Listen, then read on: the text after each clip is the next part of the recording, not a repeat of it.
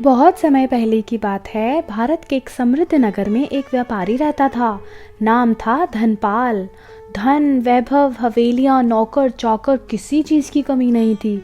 और वो गर्व से कहता था, मेरे पास समय नहीं, मेरे पास पैसा है।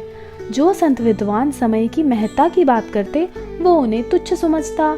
एक दिन व्यापार के सिलसिले में धनपाल को एक दूरस्थ राज्य की यात्रा करनी पड़ी। हाथियों, घोड़ों और सामानों से भरा उसका कारवां जंगल से होकर गुजर रहा था। इतने में शाम होने लगी, पक्षियों की आवाजें मंद पड़ने लगी, सूरज ढलने को था। उसने देखा कि जंगल में एक छोटी सी कुटिया दिखाई दे रही है। उसने सोचा कि आज की रात यहीं व्यतीत करते हैं। जब वो कुटिया के पास आया, उसने देखा कि घने वृक्षों के बीच उस छोटी सी कुटिया में एक वृद्ध साधु ध्यान में लीन थे। धनपाल ने जैसे ही कुटिया में प्रवेश किया, उन साधु ने धनपाल का बहुत ही प्रेम से आदर सत्कार किया। धनपाल ने कुटिया के भीतर देखा, कुछ भी नहीं था। तो उसने जिज्ञासा से पूछा, हे साधु, आप इतने शांत और प्रसन्न क्यों हैं? ना धन है, ना सेवक है, ना कोई संपत्ति है, आप फिर भी मुस्कुरा रहे हैं। साधु ने मुस्कुरा कर कहा, क्योंकि मैंने समय को समझा है, समय पर शिक्षा ग्रहण करी, समय पर विवाह किया, समय पर संतानें हुई और उन्हें शिक्षित कर संसार के लिए तैयार किया। अब ये समय है ईश्वर को पाने का। अब जब शरीर शांत है, मन स्थिर है, तो मैं आत्मा की यात्रा पर हूँ। मैं समय के साथ चल रहा हूँ, इसीलिए प्रसन्न हूँ। धनपाल हंस पड़ा।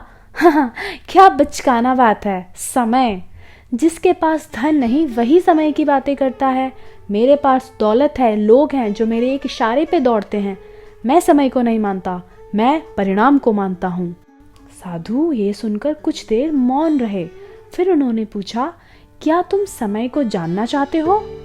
हाँ हाँ जरूर, दिखाइए ना अपने समय की शक्ति। व्यापारी व्यंग से बोला। साधु ने कहा, ठीक है, कल सूर्योदय से पहले तुम मेरे साथ चलना। मैं तुम्हें एक ऐसी जगह ले जाऊंगा जहां तुम एक एक क्षण का मूल्य जान पाओगे। अगली सुबह साधु ने कहा, मेरे साथ चलो। साधु व्यापारी को जंगल के भीतर से होते हुए एक रहस्यमय गुफा के पास ले गया। गुफा से एक दिव्य प्रकाश निकल रहा था और अंदर स्वर्ण, हीरे, मणि, रत्न कल्पना से परे। साधु बोले, वह सब तुम्हारा हो सकता है, लेकिन एक शर्त है, गुफा केवल एक मुहूर्त के लिए खुली रहेगी। जैसे ही सूर्योदय होगा और सूर्य की रोशनी उस गुफा पर पड़ेगी, गुफा बंद हो जाएगी और फिर कभी नहीं खुलेगी। जो भी ले जा सकते हो ले जाओ, लेकिन स्मरण रहे, जितना समय भीतर बिताओगे उतना ही तुम्हारे जीवन से कम होता जाएगा, और एक बार समय समाप्त हुआ, द्वार सदा के लिए बंद। धनपाल की आंखें चमक उठी। सिर्फ एक मुहूर्त? अरे उतने में तो मैं पूरा पहाड़ खाली कर सकता हूँ। जैसे ही द्वार खुला, व्यापारी दौड़ पड़ा। सोना, चांदी, रत्न वे पोटलियों में भरने लगा। 1, 2, 3, 4 और फिर थैले, फिर कपड़ों में भी बांधना शुरू किया उसने। बाहर से साधु पुकारते रहे, समय समाप्त हो रहा है धनपाल, अब लौट आओ। धनपाल चिल्लाया, बस एक क्षण और, थोड़ा सा और। अचानक सूर्योदय हुआ और गुफा का द्वार बंद हो गया। धनपाल ने दौड़ लगाई, चिल्लाया, दरवाजा पीटा और कहने लगा, खोलो, मैं तैयार हूँ, मैं बाहर आना चाहता हूँ, मुझे बाहर आने दो, मुझे कुछ नहीं चाहिए। लेकिन अब देर हो चुकी थी। अंदर अब सिर्फ अंधेरा था, ठंडा सन्नाटा, सिर्फ अकेलापन और वो भारी थैले जिनका अब कोई अर्थ नहीं था। साधु ने बाहर आंखें बंद कर ली और धीरे धीरे कहने लगे, जिसने जीवन में समय को खो दिया वो सब कुछ खो बैठा, चाहे उसके पास कितना भी धन क्यों ना हो। समय ही एकमात्र धन है, जो एक बार चला जाए तो फिर उसे कोई व्यापारी नहीं खरीद सकता।